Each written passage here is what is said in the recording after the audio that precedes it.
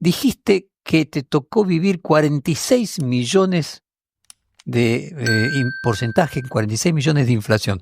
Me gustaría que de una manera sucinta lo expliques a nuestra audiencia. ¿Cómo no? Bueno, en aquella época Bungiol era la principal empresa del país y fue nominada para el Ministerio de Economía. Yo como era gerente general de Compañía Química, una empresa del grupo Bungiol junto a Molino, Grafa, Alba, etcétera, me tocó él como viceministro de Economía, pero asumimos en julio porque Alfonsín tenía que entregar en diciembre, pero por aceleración de la inflación se entregó en julio, de manera tal que él, el día de la independencia de Francia, que es el 14 de julio, murió. Yo quedé a cargo del Ministerio de Economía frente a una inflación que fue de 46 millones por ciento anual, según lo publicado oficialmente por el INDEC en ese mes, que fue 196.7. Evidentemente, no dormía prácticamente, bueno, llegaba tarde a casa y cenaba con mi mujer, pero realmente estaba tan incierta la situación que hasta tuvimos que pagar los sueldos por semana, aún los mensuales, y fue una situación muy caótica donde los precios aumentaban a la mañana o a la tarde también. Pero al segundo mes de haber ejecutado el plan, que fue hecho con un modelo econométrico de Bungiboard, evidentemente ya logramos un 6% y después mucho menos también. Pero ahí vino el pedido de los sindicalistas, que habíamos pedido que se divida en meses el pago de los sueldos, y como ellos recibían el primer aumento de sueldo de cualquier empleado en el sindicato, ese mes de julio del 89 no cobraron casi nada. O sea que pidieron un 40% de aumento del salario cuando ya estaba calculado que no hacía falta.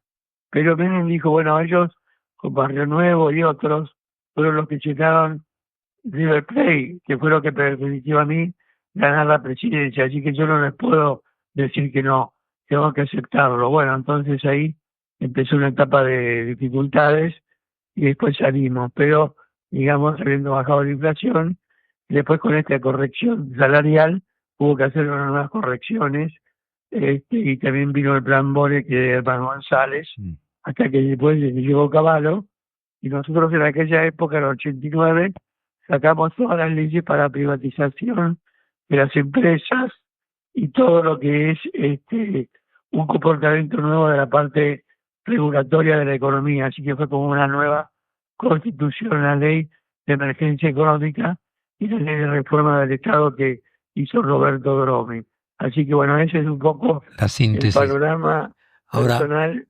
Te quería preguntar, Orlando, porque creo que esto da una dimensión. Al lado de esos meses de julio del 89, de aquella inflación, la inflación que recibió Milei era un chiste, ¿no? Porque, digamos, vos estás, claro. Es incomparable la situación aquella con esta, ¿no?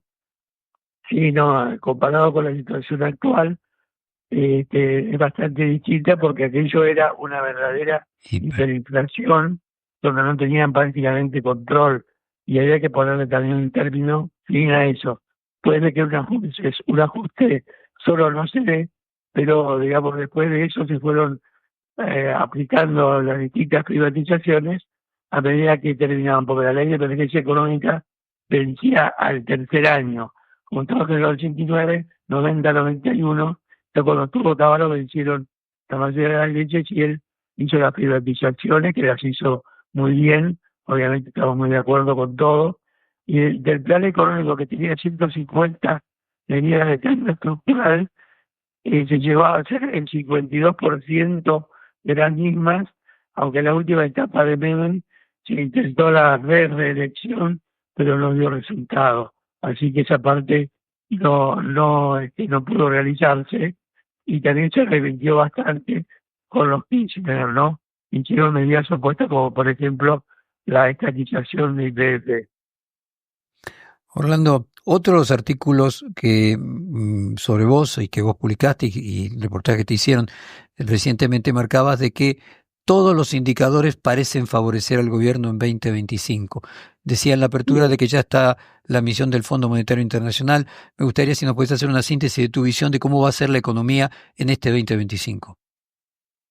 Bueno, básicamente pensamos que va a andar bien. En general, las variables van a ser favorables al gobierno, tanto en inflación, donde calculamos un 26% de aumento de precios entre enero y diciembre, suponiendo que después de las elecciones se saque el cepo, lo que puede significar un cierto saltito en el tipo de cambio, y calculamos también que el crecimiento económico, o sea, el Producto Bruto Interno, va a crecer 5%, o sea, va a ser una economía en crecimiento y con inflación más baja, cada vez más baja, lo cual va a favorecer a las elecciones, al gobierno actual, a la Libertad Avanza, y me parece que eso va a significar un aumento de la cantidad de diputados y senadores que saque el partido actual. O sea que la perspectiva la vemos bien, con serias dificultades en algunas cosas que habrá que resolver, pero realmente, por ejemplo, las retenciones al campo, que las hojas llegan al 33% del precio, cuando el dólar está un poco atrasado, los precios internacionales han caído y aumentó el costo del alquiler de las hectáreas que se siembran, y cosas que ya está viviendo, por ejemplo, los grobos que hacen ese tipo de explotación agropecuaria industrializada, que ya tienen algunas dificultades en los pagos de los pagarés que quieren efectuar ahora. Orlando, a ver si te entendí bien, permíteme. Vos decís 26 en el año, pero hasta octubre 15 y el otro 10, 11 del último trimestre, es decir, decayendo hasta octubre y subiendo el último trimestre por la salida del cepo. Claro, exacto. Yo creo que después del cepo se va a dejar libre el tipo de cambio y eso puede significar un cierto aumento, pero controlable porque el gobierno tendría ya muchas más reservas de acuerdo a esta negociación que se está haciendo con el Fondo Monetario Internacional y la que puede hacerse con los bancos, como en el caso de Santander y otros, que prestaron 1.000 millones, pero al 8,80, o sea, esperando que baje un poco más esa tasa, ¿no? A ver, o sea que para explicarle a la audiencia y a nosotros mismos, vos decís que a lo mejor una devaluación del 20% solamente pase a precios 6-7%. Sí, por supuesto que va a pasar mucho menos que eso, va a ser un cierto aumento, y no creo que sea del 20, va a ser más chica, pero porque estamos pensando que al gobierno le conviene más, no el cálculo de la paridad teórica de equilibrio que publicamos nosotros todos los meses, que da 1.619 pesos para este mes de enero, sino el cálculo que hicimos del tipo de cambio real con Estados Unidos desde 1865, tomando la inflación de ambos países, nos da 3 áreas.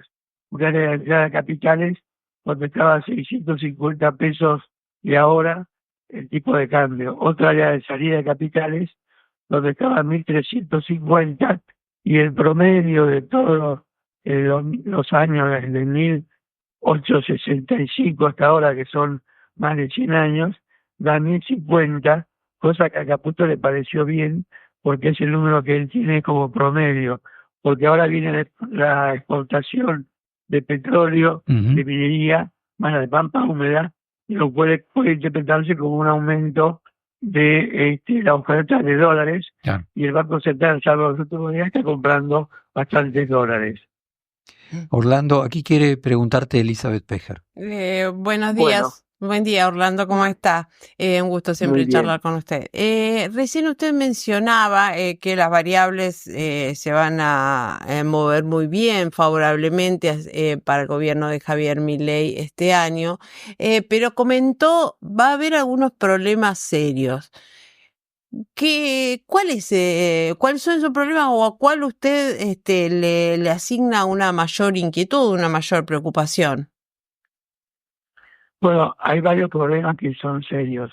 En el sector agropecuario, las retenciones son un problema serio y ya está dando lugar a quejas de los distintos organismos del campo, el sector rural, todo lo que es la pampa húmeda, están protestando porque les parece excesivo con las retenciones que tiene, por ejemplo, la soja para la época de marzo o abril. O sea, es un tema que se va a discutir mucho ahora y en febrero y quizás en marzo. Pero también industrias como la de la construcción o la de la obra pública que están en dificultades porque eso no se está haciendo mucho y están dando recesión. Eso también requiere un aumento del salario real y de las jubilaciones reales que se está dando ahora, pero en términos muy suaves. Con el ataque se requeriría un aumento mejor. Nosotros calculamos un aumento del 7-8% en el salario real formal en el año 2025 con respecto al 2024. O sea, ahí se daría ya un mayor aumento del consumo, lo cual daría, digamos, un aumento del producto del 5%. Claro, porque es interesante lo que usted dice del tema salarial, sobre todo para intentar explicar el tema de la caída de consumo. Ayer justamente salieron los datos de consumo minorista del INDEC que volvieron a mostrar en noviembre una contracción. También los de Centra, que es esta consultora que siempre mide consumo masivo, están un poquito más adelantados que los oficiales y también verifican una caída importante que en el mes de diciembre, que se ratifica incluso las previsiones para lo que ocurre en los primeros meses o los primeros bimestres de 2025, y en el contexto donde el gobierno dice, bueno, el salario real creció. Entonces digo, ¿el problema dónde está, Orlando? ¿Están midiendo mal el aumento salarial o están midiendo mal la inflación y nos basamos en una inflación que está calculada, estimada en una canasta vieja de consumos y que no pondera lo suficientemente bien el consumo relevante que tienen los servicios hoy en la canasta de los argentinos? Claro, al principio hay problemas de organización de la encuesta de consumo del INDEC, que es vieja, y ahora tiene una recomposición de la parte de servicios públicos, electricidad, gas, agua, etcétera, todo lo que viene nominado por el Estado. Eso hace que también ahí haya cierto aumento adicional de la inflación por los precios de los bienes de consumo, vamos a decir, estatales, y que regulados. la electricidad, gas, claro, exacto. Y otra cosa también es que hay que ver que ahora está un poco confusa la situación económica, donde algunos sectores crecen, otros están estables. Exacto. Y otros bajan, porque el salario real, en realidad, con respecto al mismo mes del año pasado, está apenas igual. El sector público está por debajo, y los jubilados también están por debajo. O sea que recién en este año 2025 vamos a empezar a ver a partir del segundo trimestre una mejora generalizada dentro de distintos sectores, y eso va a producir un aumento generalizado de la actividad económica. Esperemos que se dé así. Le hago la última por mi parte.